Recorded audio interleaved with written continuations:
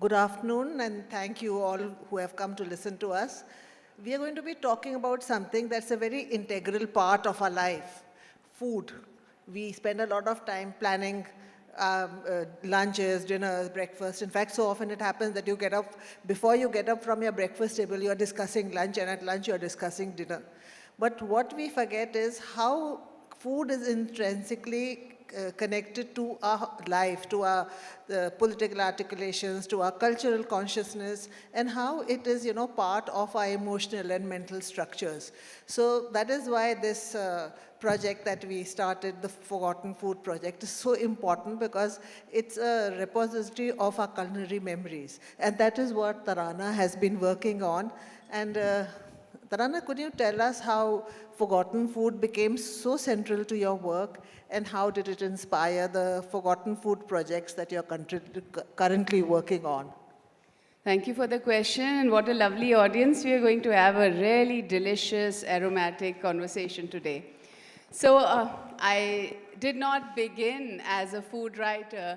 In fact, when I started this journey of writing, I was looking at the culture of Rampur and the historical aspects of Rampur. And as I wandered into the old city, I realized that so much of what we have has actually been lost. And there was this desire to cling on, and we were still losing a lot of aspects of our culture in this small place called Rampur. Now, Rampur is about 200 kilometers from Delhi, which was an erstwhile princely state. And there is this magnificent Raza library where I was researching on culture when one research scholar, who was like a bad boy, had been banned from looking at the manuscripts. And he just came up to me and he said, do you know that Rampur has, that library has Persian cookbook manuscripts? And I thought that, oh my God, I have never read a cookbook manuscript before. And so I just went to the librarian and I asked him, can I look through the manuscripts? And they were dating to 1816 to 1880s, and it's really ancient. So he said, do you know Persian? I said, no. He said, do you know what cooking is called in Persian? I said, no. So he said, I'm sorry, and it's called tam. So anyway, I finally found my way through various pulls and push and pull and all of that connections in a small town. And so the manuscripts were revealed to me. And what I found was that there were about 12 Persian manuscripts, roughly 300 recipes in each. Of course, recipes were also common. And because I just knew Urdu, I could just read the titles of the different recipes. And so I began wondering, there's so many kinds, and 50 kinds of pulaos, and so many kinds of kormas, and we just know one korma and one pulao and 2 or 3 kind of kebabs. So what really happened in between? So then I learned Persian and I started translating these recipes. And not only that, I was amazed at the way these recipes were written. They were very cryptic. They were like to the point, and most of them said, keep watching, which we don't anymore, like when we are cooking, we are not really watching for a very long time. So after translating them, I needed to know if they could be cooked. The measurements were very tough to understand because they were in notations like dots and dashes. There was ser and tola and masha, and all of that needed to be translated. There were certain ingredients that we had not heard about, which I had to find out from old Persian dictionaries. And also because I knew that most of these recipes were inspired from Persian cuisine. So the current Persian cuisine, for example, what is cocoa? What could be cocoa pulao? No idea. What is cocoa at all?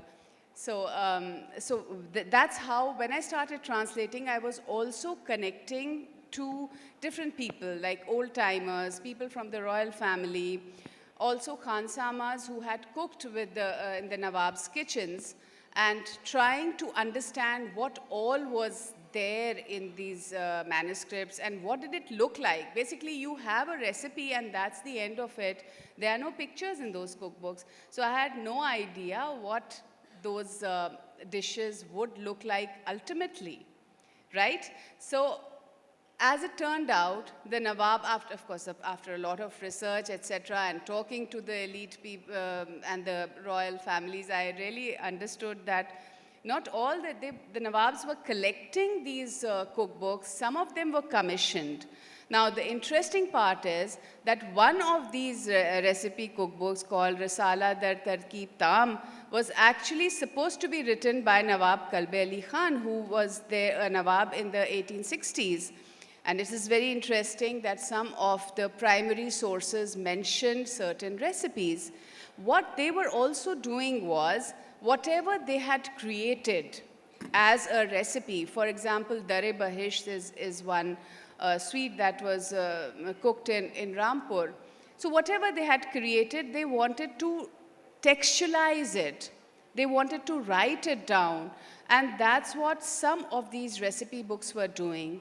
This was the time of the culinary connoisseur, a male culinary connoisseur, like in Awadh or in Mughal. Of course, the Awadh dynasty and the Mughal dynasty had already come to an end. But here there was the rise of this person who was supposed to be well-heeled, dress up properly, and he should know music, he should know poetry, and he should know the art of cooking. So he was writing these manuscripts, and that was the most amazing thing, that something was happening in the kitchens of the royal kitchens of Rampur, which was being textualized, and which we have subsequently lost. And this loss is a cultural loss. So I started cooking these recipes with the help of some of the Khansamas who knew some of the recipes, who had heard the ustads tell them about these recipes. And so I was able to make sense of some of these recipes. And then I started writing about them. And one of these articles was shared and came to the notice of Professor Siobhan Lambert-Hurley, who's sitting right here. And together we connected, and I started talking about these recipes and how, nobody knows about Rampur cuisine. Everyone knows about Rampur chaku. Everyone knows about Rampur whiskey. But what about the cuisine that has been lost? And the Nawab had nearly 200 dishes on his table. What happened to them? We don't even have 100 now. We just have a few dishes that we claim to be Rampuri, which are actually variations of the usual korma and kebab and the pulao. So, so this actually led to the birth of the project called Forgotten Foods, Culinary Memories and Lost Varieties of Rice in India, under AHRC and under the aegis of the University of Sheffield, on which we have been working since 2019. And it has been a tremendous journey. But here I would like to add that from the idea of making Rampur a culinary, putting Rampur back on the culinary map was one aspect.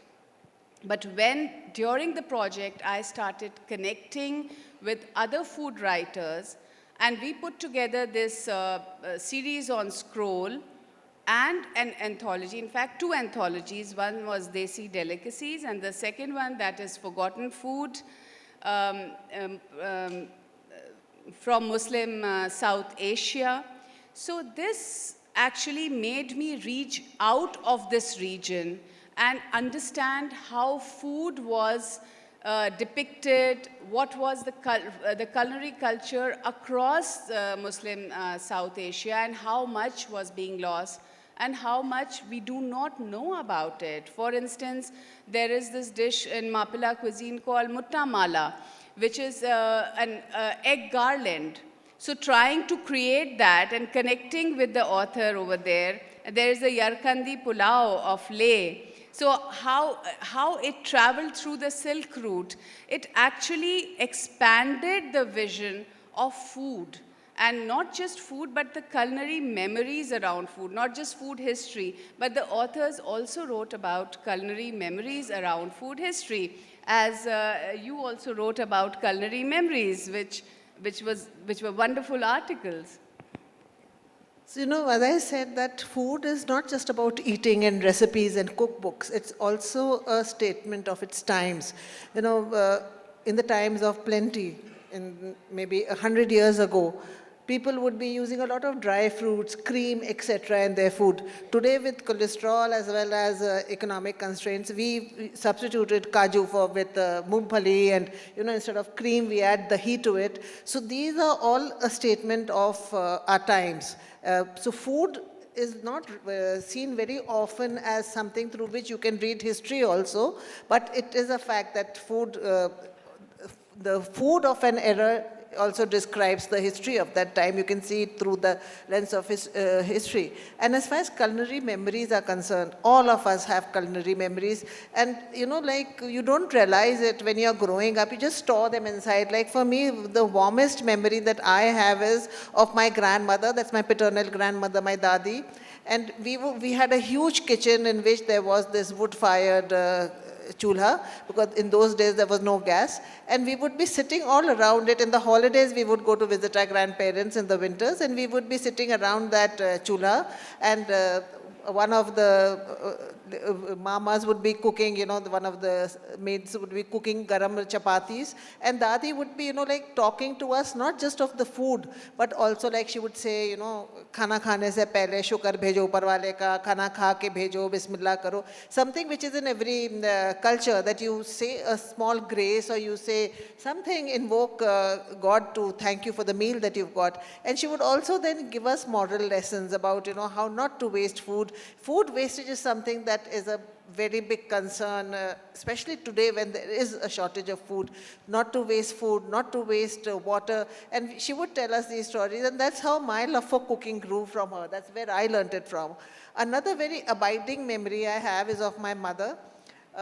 She herself never liked cooking food, but she was a very good manager. And every morning, she would sit in front of the kitchen with her weighing scales and a huge, tray, metal tray.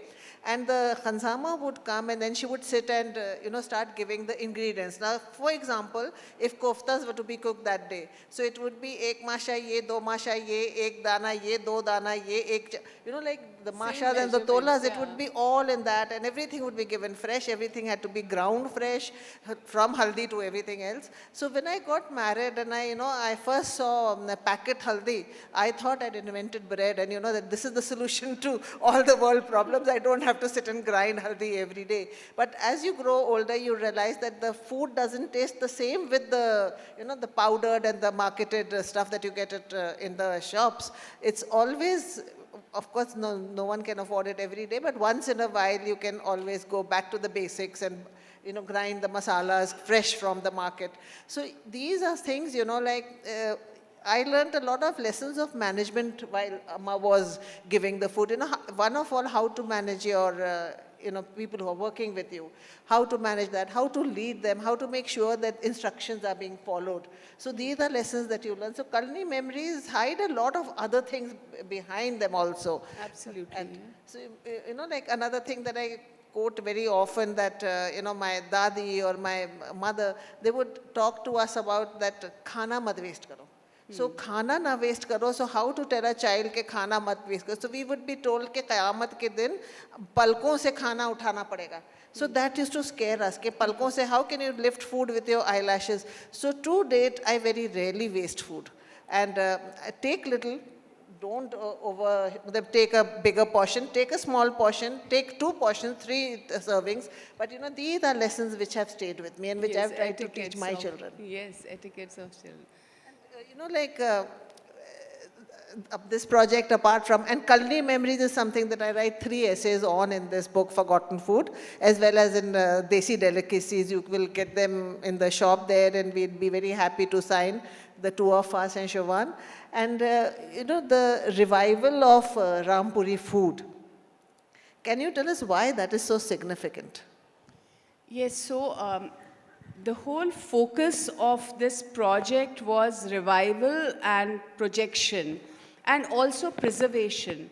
What we understood from, what I understood initially from all this was that a lot has been lost, and whatever has been lost was there till the 1970s, which is just a generation back. So there are people who are there who have had this food in the 1970s and who can tell us about what this food is about. So, so then I focused on about 35 to 40 recipes, and that was the revival part of the project. The repositories of culinary wisdom were the Khansamas who had learned from their ustads, and some oral tradition had come down. Because you see, when the Nawabs lost their privy purses, they could not afford to keep the 100 Khansamas. And a lot of these Khansamas were laid off. And what did they do? Some of them went and put up little shops. Some of them climbed down the social rung and cooked in other homes. So they were talking, in fact, they were making these kebabs, and a lot of these kebabs they couldn't make anymore. Let's say kebabs, because one of them was a kebabchi. And so he couldn't make all those kebabs because they required a lot of ingredients which people could not afford to buy. So he was also spinning these stories about these kebabs. So there was a rich oral history which was transmitted down from the ustads to the apprentices. And when I connected with the old Khansamas and their apprentices, I started to work on this revival of this cuisine.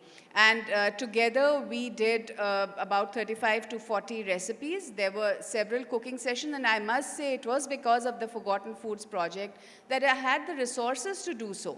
The idea was to also have the social impact, not only to revive. How do we revive a cuisine? That's the question. You revive the cuisine through the people who were the practitioners. So connecting with the practitioners and having these recipes, writing, actually it was a sort of intermingling of what I had read, all the recipes that I had read, and their culinary knowledge, and of course getting their trust, because a lot of these Khansamas don't want to change the way they are doing things. They don't want to be told. So getting that trust, and then we are coming to a place where we can say, okay, this was, for instance, we cooked the pineapple pulao, the meetha pineapple pulao, which used to be there on the tables of Rampur and is there no more. So we were able to put it together, and like that we were able to, through several cooking sessions, we were able to put together about these recipes. The next thing was taking it to the people. Now we did 2 food festivals. One was at IIC Delhi and the second was at Jahanuma Palace in Bhopal. And both these food festivals were widely written about, and the Khansamas also got the confidence that, okay, we can do this. This is something that we can do and which people would like also. Otherwise, their usual idea, the usual demand they got was kebab, korma, pulao, and that's it. And that's what they did. And how much demand would you get from the dishes that are cooked all over North India, in fact, all over the country?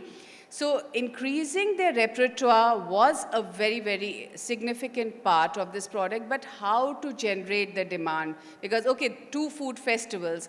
So now we also have a website called Rampuri Khansamas. You can note it down. It's called Rampuri Khansamas, which has all the contact numbers of these Khansamas and the menu, that some of them know all the dishes, because we were also training the Khansamas. Some of them took to the training, some of them didn't, whatever, but they do now have a wider repertoire, and they cook all over the country. So I hope that with this step, we are able to bring this cuisine back and revive this cuisine in a way, and people are able to access it.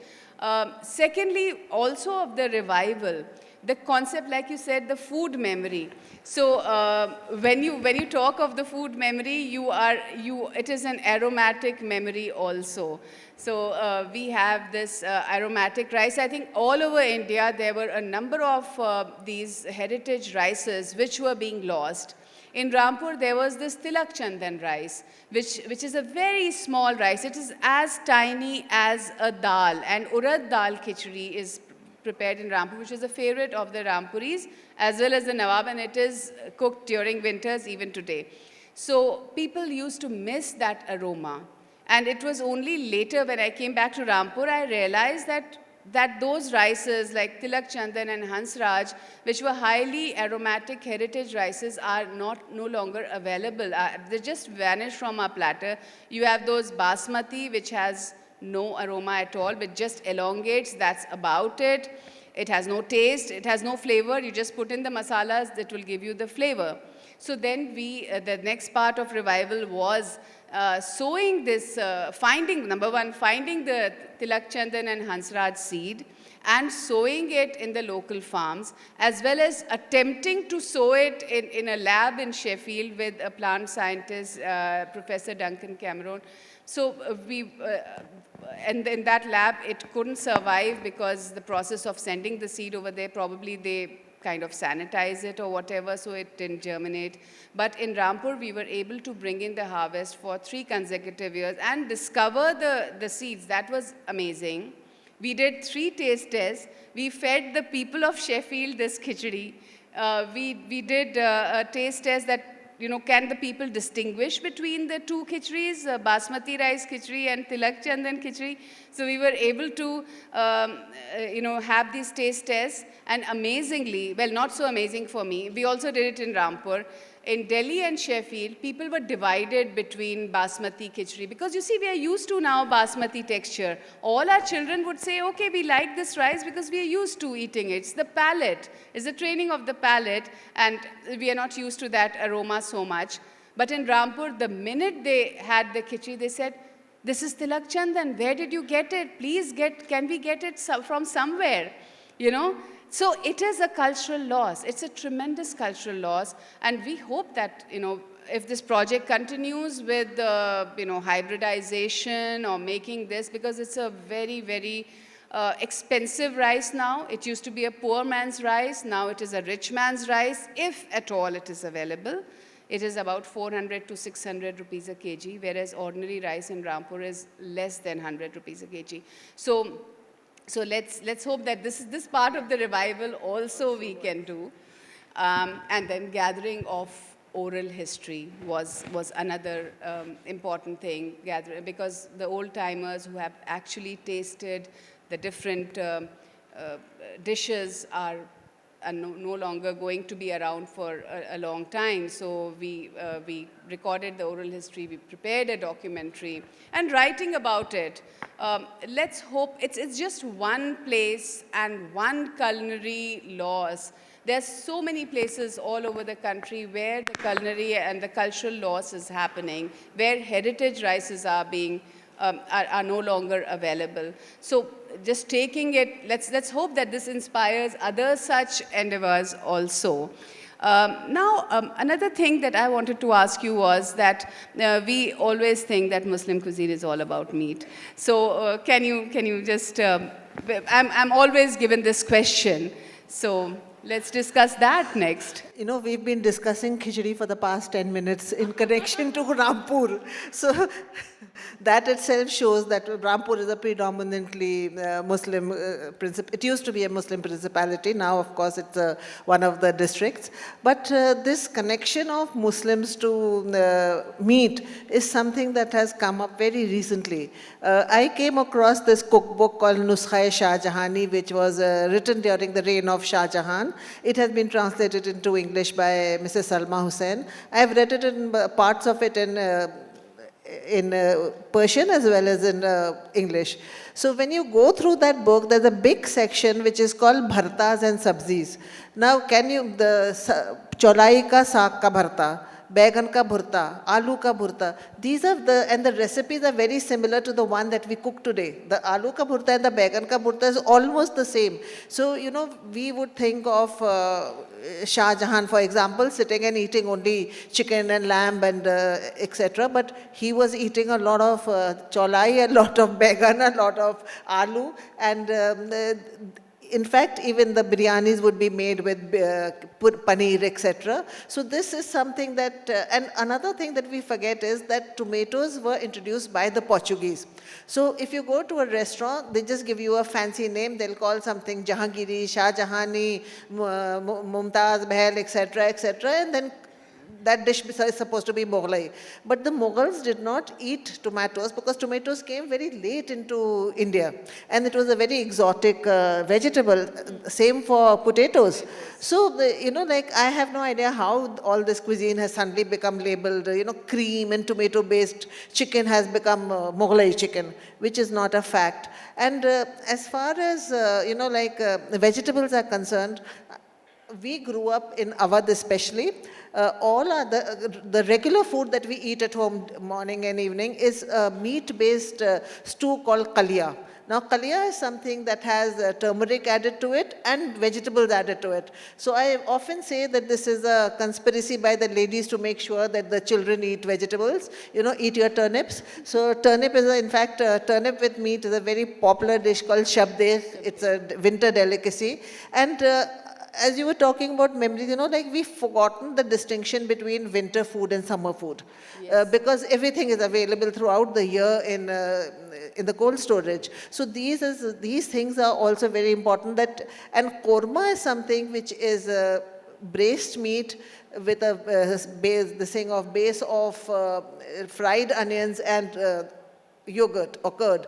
So there's a big difference. And I'm a purist as far as all this is concerned. I get very upset if I see people garnishing korma with hara dhania, because hara dhania or green coriander leaves goes only with dishes which have turmeric added to it. If you can make a kalia with anything, you can make a aloo ka kalia, chukandar ka kalia. The thing is that it has meat in it, but it has a lot more of vegetables, so that you eat your daily vegetables also. So this is something that I find very strange, that why don't people have, why isn't a vegetable dish called Shah Jahani or Mumtaz Mahali? Why only meat? And since we're talking of the difference between korma and kalia, another very popular social media debate is biryani versus pulao, and veg biryani specifically. So can you talk to us a little about that? So, before my culinary enlightenment, I would call pulao biryani and biryani pulao, and everybody just interchangeably uses them. But pulao was the original dish that was cooked in the meat stock, the boiled stock of meat. But very interestingly, the first dish I cooked was pulao Shah Jahani.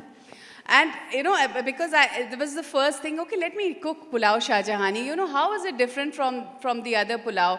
But the script said, boil the yakhni and put the shorba. Now, where did the shorba come in from? Where was yakhni? And the whole technique of doing it, you had to marinate the rice in the yakhni and make the shorba. It was extremely confusing. The point is that pulao has the meat stock. Now, when the pulao entered the kitchens of Mughals, they wanted to make it more elaborate. And so the biryani has actually cooked meat in a lot of masalas, and there is a layering. There is a layering of parboiled rice and pulao. We are once again seduced by the so-called hybrid basmati and the long, extra large, as if it is a size for a vest or something, extra large basmati. I don't know why do we even attempt extra large in rice. What was the idea behind it? Because the basic rices weren't supposed to, they would elongate at the time of cooking, but they would also give aroma. But unfortunately, the hybridization kind of focused on the elongation rather than the aroma. So we have biryani, Awadhi biryani, we have the Mughal biryani. Pulao is more of it has a very light flavor and it doesn't involve any curry making. When we went to Chennai recently, their biryani has a lot of the curry and actually absolutely mixed into the rice. Now the people of Rampur do not like biryani so much. They say, oh, we are Pulao people. Biryani is just korma mixed into rice. Who wants that? So it is actually an Indian creation. The biryani is really an Indian creation. But so much about the Awadhi and the Mughal cuisines. I'm sure you can tell me something more about the Awadh and the Mughal culinary. You know, the biryani doesn't make a mention, doesn't, enter into the Mughal kitchens till late 18th century. Like, Nuskha Shah Jahani has no mention of biryani. It's just a zere biryan. And the word biryani comes into, like, Bazme Akhir, which is written in the late 19th century. So it's just a question of technique. Biryani is layered rice and pulao is anything. It can be paneer, it can be vegetables, it can be chicken, mutton, anything, cooked in a broth, of which you make a yakhni out of by putting a potli into it. You put a bag of spices into it, you boil it, and you come with that. So we do have a vegetable, a case for a vegetable pulao because broth is the basis. So we do have, I keep telling everybody, I said, if Shah Jahan can have vegetable biryani or paneer biryani, why can't we? Because it's just a layered rice. So, and in Iran, where I've had biryani is something totally different. Biryani means, the word biryani means roasted or fried. So there is actually a kind of seekh kebab or a boti kebab kept on a roti, because that is on a base of fried onions. So to each their own. So we all have, I'm very happy with our own biryani. And, as I was mentioning earlier, that, the difference between Awadhi and Mughal cuisine. I belong to Lucknow, and I chronicle Delhi. I'm a historian of Delhi, but for me, food from Lucknow is always something that is, I find it tastier. As far as the rice, since we were talking of rice, in Delhi, the biryani is made of a thicker rice called Sela rice. In Lucknow, everything is a little more refined because of the Nawabs. And you see, Mughals were nomadic people. They were constantly fighting, they were going to wars, they were camping. So they could not have, कहते हैं ना, इतने नफासा तो इतने नखरे उन लोग afford नहीं कर सकते थे, because they had to fight and they had to win people. By the time the Awadh Nawabs came, things were more or less settled. So they could, when you are more at peace and all you have to do is, and in the case of the Awadh Nawabs, even the ruling part of it after a while went to the British. So they could spend a lot of time on refinements, on, on food. Like there is this story in that cookbook by Nawab Jafar Hussain, where a cook comes to him and he asks him, what will you cook? And he says, biryani. He says, after that, he said, biryani. So he keeps on saying, he says, 364 days a year, I will cook biryani. Oh, sorry, korma, I'm saying biryani. He said, I'll cook korma 364 days a year, but every korma will be different. And if you find the taste similar, then you can fire me. And that is something, like I keep writing about on my book, that, korma and anything that is, especially non-vegetarian food, depends on how much you saute it, how much you bhuno it. जिसको कहते हैं ना, like I write this in my book, when my दादी से मैंने अपना खाना पकाना सीखा, तो my दादी would often say, मसाला ऐसे भूनो जैसे दुश्मन का कलेजा. So उस मज़े के साथ भूनते रहो, और जब वो भूनोगे अच्छे से ना, then you won't need to drown the dish in masalas, spices or oil. So that is something that I follow a lot, that मैं खाना जब पकाती हूँ, मैं घंटों भूनती हूँ खाना, because that is where the taste comes. Yes. And yes, we are talking of all this, what do we stand to lose if, if we don't allow Rampuri cuisine to evolve to, to carry on? What do we, from, if food, like if we all start eating fast food like burgers and, dinners. Now there's a company in Berlin, I had gone to meet my son, I saw, it's called HelloFresh, where they send you a tray in which everything, all the ingredients are there, all the masalas, everything, and they give you a way to cook it. So 5 minutes, it's ready. So what do we stand to lose if we give up on our traditional cooking and our, especially Rampuri cooking? Yes, so let me first, since we are talking about Mughal and Awadhi cuisine, let me talk a little bit about the Rampuri cuisine and how is it different. So you see, it all began, the people of Rampur were Rohilla Pathans. They had come from Afghanistan. They had this basic broth of, or shorva, some light shorva, and pulao and chapli kebab. That's what they came with, right? And some kheer or something like that. That was their, the great, that was it, basically. They were here, settled in India, and they had learnt a lot from Mughals, but that was they were tribes, they were tribals. In Rampur, still the mohallas are named after tribes because the tribes settled down there. And you had the tribal food, which we have, like we have tar gosht, actually we call it, which is a one dish meal, tar gosht and tandoori roti, because it was a tribal thing. So whenever anybody celebrated anything, there would be a big pot of meat curry, and that would be the dish. And even today, that is there in the receptions. The Rampur cuisine actually evolved because of the fall of the Mughal Empire on one hand in 1857 and the Awadh Empire on the other. So because there was lack of sponsors, so where would the artists and the poets and the writers go and the painters go? Along with them, the chefs also came to the Rampur kitchens, and they were welcomed by the Nawabs, and they interacted with the Khansamas of Rampur, and they created something absolutely different. From, I say absolutely different, it has to be tasted to understand why Rampur cuisine is different, because that was the nature of the Pathans. They wanted just the basic stuff, no fluff, no too much of nazakat of Awadhi cuisine. They wanted the basic masalas, the melding of masalas, the use of yellow chilies, that is called pili mirch, the use of papaya, not too much of aromatics, not too much of cashews and coconuts and all this in our cuisine. So that was the idea of Rampur cuisine. And when I saw the textbooks, they were trying to write it down and trying to show that this is what we have created, that this is what Rampur cuisine is. Unfortunately, Nawab Hamid Ali Khan was the second last Nawab. He wanted to project himself as a gastronome, and he didn't want that people should share the recipes. So the tradition began that secrecy. Nobody would tell about the recipes at all. Nobody would share the recipe. Only the cook will call his son as an apprentice, and then the cook would also leave out something so that people remember his haath ka maza and miss him rather than be very happy with his son.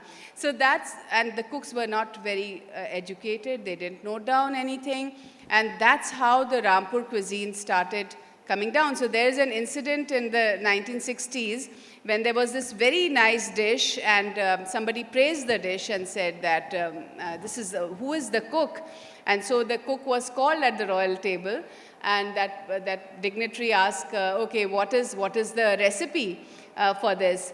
Who taught you this? And he said, Nawab Sahab taught me this. So every knowledge of the cuisine, or what was the cuisine of Rampur, just had to be the Nawab. He was the main person, nobody to share recipes. So that is how. So then coming to the question, what is at stake? What is at stake if we lose this? I was recently reading an article in the Financial Times. Dispossessed or displaced communities have one thing that they can cling on to, and that is food.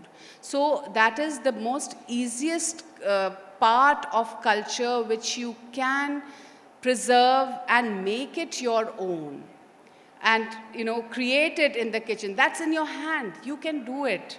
So people cling to things that are closest to them. And when we explore other cultures, the easiest things to do is to explore the cuisine You go to the south and you sample the Mapala cuisine, and that becomes your own. You understand the people, you understand the experience and the evolution. So this is why culture, it is a part of our identity. Culinary culture is a part of our identity and needs to be preserved. You know, we can go on talking about food and making you all feel very hungry, but we're going to be very nice and take questions from the audience. So if anybody has any questions for the two of us, can you send it? Hi, thank you so much. Yes, you did make us very hungry. My name is Ravi, and I've been following both your works for years now, and especially, Tarana, your work on Rampuri cuisine. Thank you. I have just one comment slash question, that in the subtitle of your Forgotten Foods, you're calling it Muslim South Asia. As we know, unfortunately, in the past few years, there's been polarization, and our food and their food and othering and so on has been happening. And we all know, you know better than anyone, that there's no one Muslim cuisine. And as you were just discussing, meat is not Muslim. Most Hindus eat meat, and most Muslims eat a lot of vegetables and so on. So needless to say that there is Mapila cuisine and Hyderabad and Rampur and Bhopal and Awadh and Kolkata and so on. So calling it Muslim South Asia, are we not playing into the hands of these people who are trying to polarize there is Muslim food and Hindu food when we know that there isn't? So what was your thought process in choosing to call it Muslim? I totally agree with you that food has become absolutely political now, and there shouldn't be any othering. When we thought about putting together this anthology, we were talking about the forgotten foods of these communities. For instance, I didn't even know. Now, this was an education for me as well. For example, there's this Pangal community in Manipur, and they have their own cuisine, which is, again, see, it's not a Muslim or a Hindu cuisine or a Christian cuisine. All the cuisines become an amalgamation. So this Pangal community has these dishes which are specific to certain occasion. So that is what we meant. For example, kanji or konji, that you have, it is there all over the country, and it is not Muslim or Hindu, and same with khichdi. It's totally our own. It has come from India. Khichdi has come from India. But what we were trying to depict was what was the oral history, what was the culinary memory, and what was the history of the evolution of these cuisines which have been adapted into these communities. You cannot, for instance, in Rampur also, you have these colocasia leaves or patte, I don't know if you know, which was absolutely a Rajput thing. And when I was looking around, I was thinking, where did these colocasia, because in Afghanistan, this kind of cuisine is not there, steaming of colocasia leaves and all that. That had come from the Rajput cuisine. So when we were talking about it, we do not ascribe to this. But what we are trying to do is we are trying to look at the communities who are losing the taste of the food. And once we lose it, I should know, once we lose it, it cannot be recreated again. You can never get the aroma. You can never get the taste of it again. We can just approximate it. We can just adapt it. We just reimagined certain dishes in case of Rampur cuisine. For the rest, anybody has questions, we'll be signing books outside. You can come and talk to us because time is running out and they have to have the next session. So there is a question. Thanks for the wonderful session. But we talked a lot about forgotten korma and biryani recipe. How about the Indian dessert or mithai? Are there any such recipes? Yes, there is. Both cuisine. Yes, there is adrak ka halwa, which is, I'm just talking about Rampur. Adrak ka halwa, which we used to have as children, is absolutely forgotten now. People don't know. And there is dare bahisht, which means gateway to heaven. We tried to recreate it. We tried to cook it. But we could never get the texture that people described it. So we've lost the dare bahisht. And there were several kinds of dare bahisht. Short answer. But lots of sweets were there. I talked about pineapple pulao also. Thank you so much.